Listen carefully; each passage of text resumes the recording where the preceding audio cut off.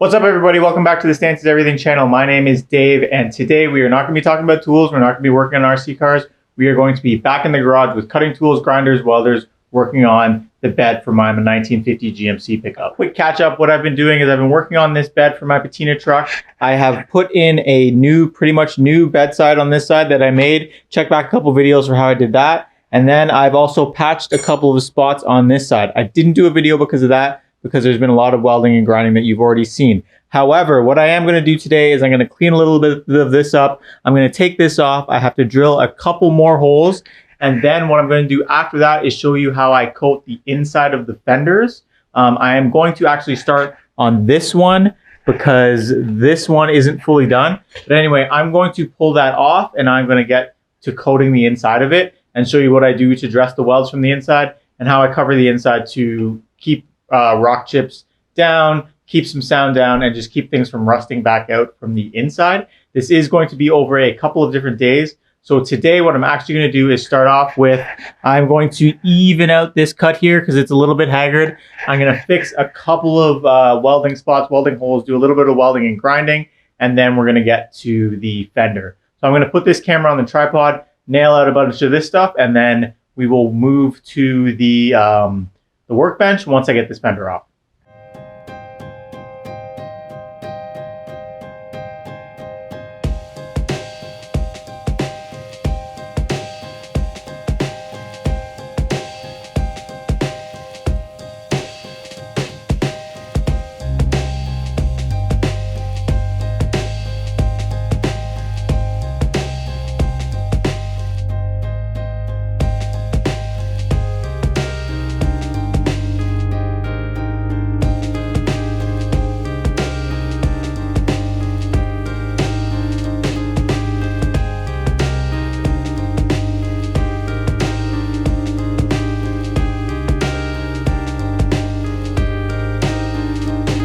I evened that cut out and I took the fender off, and what I'm going to be doing now is getting it ready to be coated.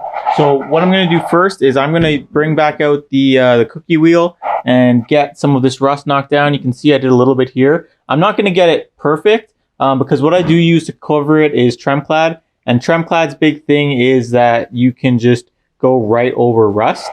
That's Tremclad's big claim to fame. Go over everything with a coat of black. And then what I do next is I do use a little bit of seam sealer on the spots that I did weld so that if there's any porous holes, it's covered up from the back side. Filler will take it from the front side. And then finally I go over it with some just normal rocker guard.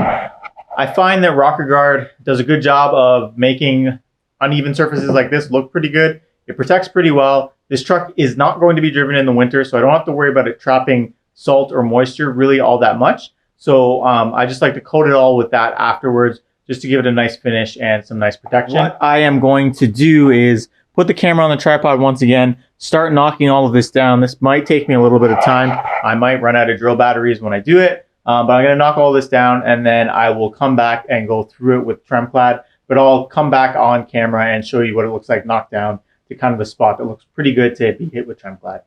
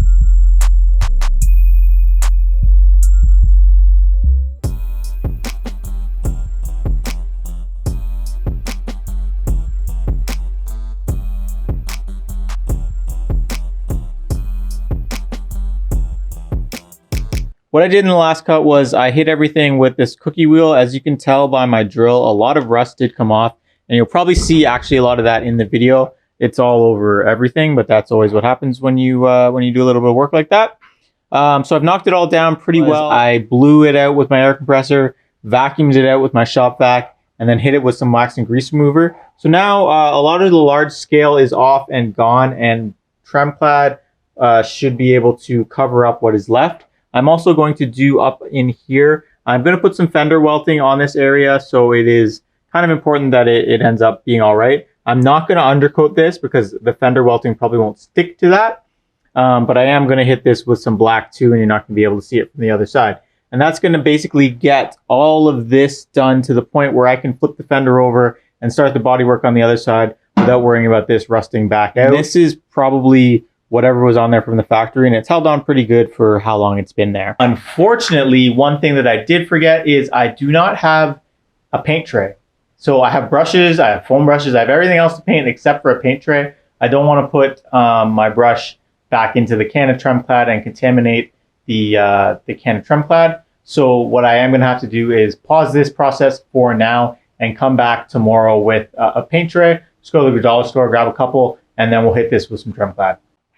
Okay, so it's the next day. I made my trip to the dollar store and I got what I needed to coat the inside of this fender. So I picked up some cheap brushes, a cheap paint tray, and then I already had the gloss black Tremclad that I'm going to use as a first coat inside of this fender. So I use Tremclad because it is meant to go directly over metal like this without any sort of primer. This being the inside of a fender, I don't want to use too much material, spend too much money on it, but I do want a nice coating on it. And I found that this works pretty well. If this was like the floor or something else on my truck, like when I did the inside of my floors, I actually did put down an epoxy primer first before the Tremclad and then ultimately the undercoating. The main reason I'm not using that epoxy primer for this is because those cans, once you pop the bottom of them, you have a set window of time to work in, and the fumes are actually pretty bad, and I kind of don't want to go through that for my Inner Fender right now. And I think that this combination is going to work pretty well. This is also what I used for the bottom of my floor. So not the inside of my cab, but underside, I use this exact combination and it's worked out pretty well. So I'm just going to go through. This is all going to end up being black. And then in here is going to end up being black as well. I am going to paint the outside blue, so I'm not going to go too far on the other side. I'm definitely going to do that in black. And then once this one is done, I have to pull that fender off. There's a couple of rust spots that I still have to fix, namely like this on that fender before it gets the same treatment. But I'm going to do this one. I'm probably actually going to do this fender, kind of almost finish it out completely before I pull that one off, just for YouTube continuity, so that there's not too much of a delay between the videos, but both fenders are going to get the same treatment.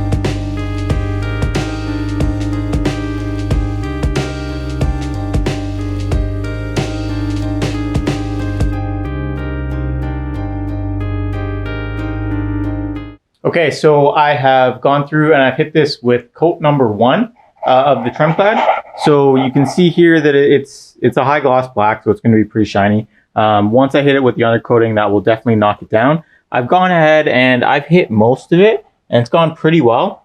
So obviously where I welded in there is all covered up now. Where I welded in down here is covered up. The patch I put in there, it's all covered up.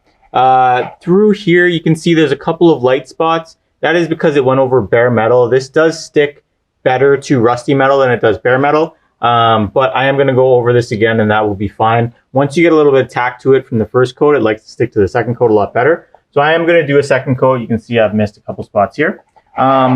Between doing the second coat, I am actually going to do a little bit of welding on this bedside here. You can see that I've got my work light on it because I want to use this work light to be able to see all of the many pinholes that I have left to fill in. I am going to sit and weld that while that dries. I would do a time lapse, but my camera is actually pretty low tonight. I know, rookie maneuver. So you're just gonna have to believe me, and I'll come back and show you all the pinholes welded up, and then we will get back to putting paint onto that. All right, so I just put the welding mask down after waiting for that paint to tack up. If you look through here now, you can't see pretty much any pinholes. Obviously, there's a couple of bigger holes that I do have to fill. I'm going to use my washer trick for that. Check out the video. I'll put it probably up here for that washer trick on how I fill in holes in sheet metal. So with this all sort of sorted out, at least for now, what I am going to do is move over here into my garage to the fender that I am painting.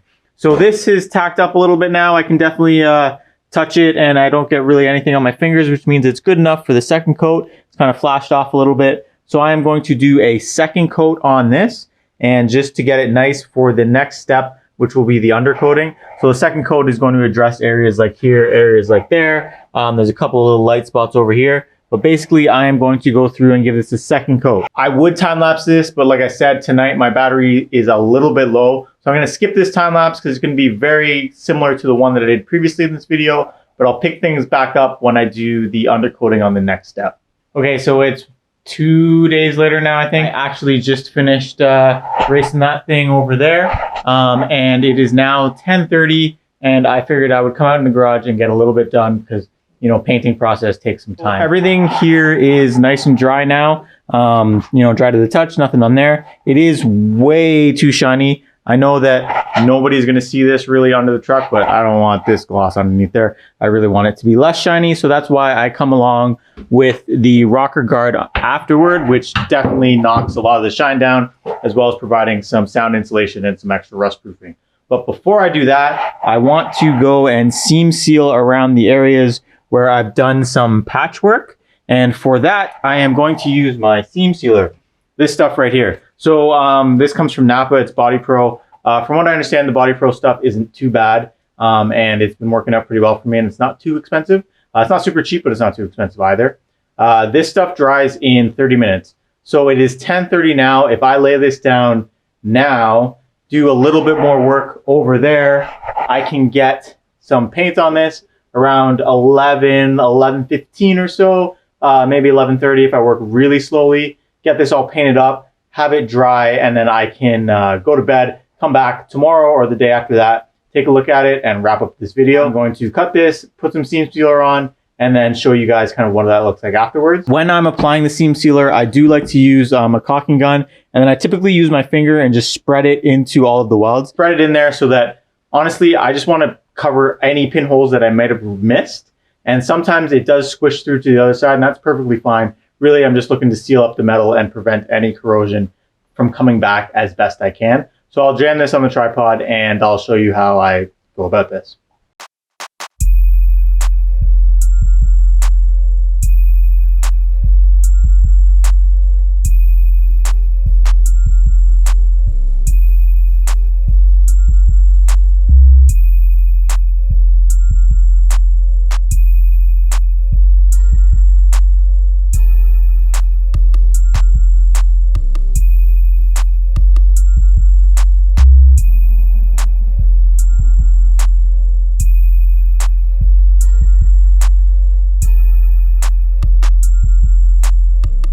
So it is 10:50 now? Yeah, it's 10:50 on the dot. So that means that about, let's call it 11:30, I can go through and paint this. Show you just sort of what I meant before about the smear technique. So basically, I put seam sealer on and then smear it around with my finger. Now I have in some areas previously taped and then smeared so that there's a nice fine line. In here, once I cover with the undercoating, you're barely gonna see it. So I didn't go too crazy with the detail, But I did do all around where I've welded and patched. There was a weld through here, if you remember from that previous video where I made that piece. I put seam sealer, so there's a patch here. I put seam sealer here and in this little gap there. Same thing here, all around where the original patch is. And then I've got some in the corner there and the 2 spots where I put more material in. And then again, same thing on this patch panel there, and through kind of the back side bottom there. And then finally this little patch here where I had straightened it out and then hammered and dollied it. Now that everything has some seam sealer behind those welds, I feel pretty confident that it's not going to rust out from this side. Obviously, I will have to take care of the other side. So I just sort of clean around like this. Basically, I'm going to kill half an hour, 40 minutes or so for this to dry so that then I can move this fender over to that middle section and then I can paint it. The reason I'm going to paint it there and not on my bench is because I actually do not care right now if I get any underspray over here. So that's the reason I'm going to paint it over there instead of here.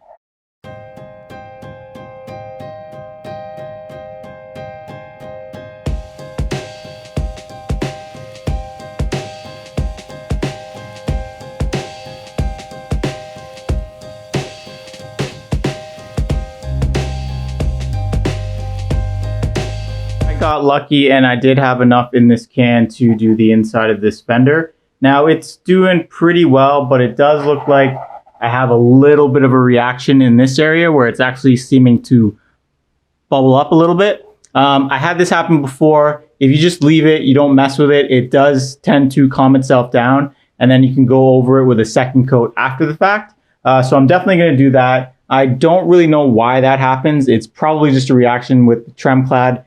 Spots of it off gassing that weren't fully dry versus the undercoating. But as you can see, sort of through the middle here, it's all fine. Covered up some patches there. There's a little bit of a problem right there. But what I am going to do is I'm going to let this completely dry. I'll probably go after it a little bit more with some cans once that's sort of figured out what it's doing there. And I'll show you the end result when I come back next time. But that's it for tonight. I'm definitely not going to mess with those parts that are starting to lift right now, because then I will be awake until probably about 2 o'clock messing with this and huffing paint fumes. I definitely don't want to do that. So I'm going to sort this all out and then I'll put the camera back on the tripod when I get a little bit more and blast the second coat and we'll call it good.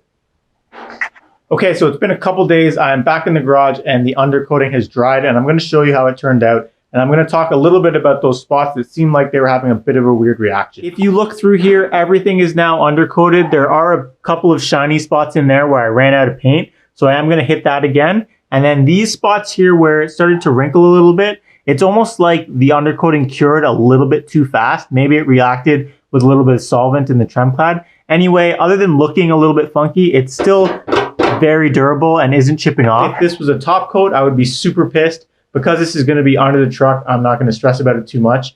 Everywhere else I did this combination, other than the inner fenders, it all seemed to hold together really well. But for whatever reason, inside this fender and my front fenders a little bit, I had a little bit of these trouble spots. But no worries, I'm going to go over with a second coat, let it dry, and then once it's on the truck and underneath it, it's going to do the job that I needed it to do. At the end of the day, this was a rust prevention measure, not an exercise in aesthetics, so I'm not going to stress about it too much. So let's jam this on the tripod again, put this last coat on, and then I'll hit you with an outro.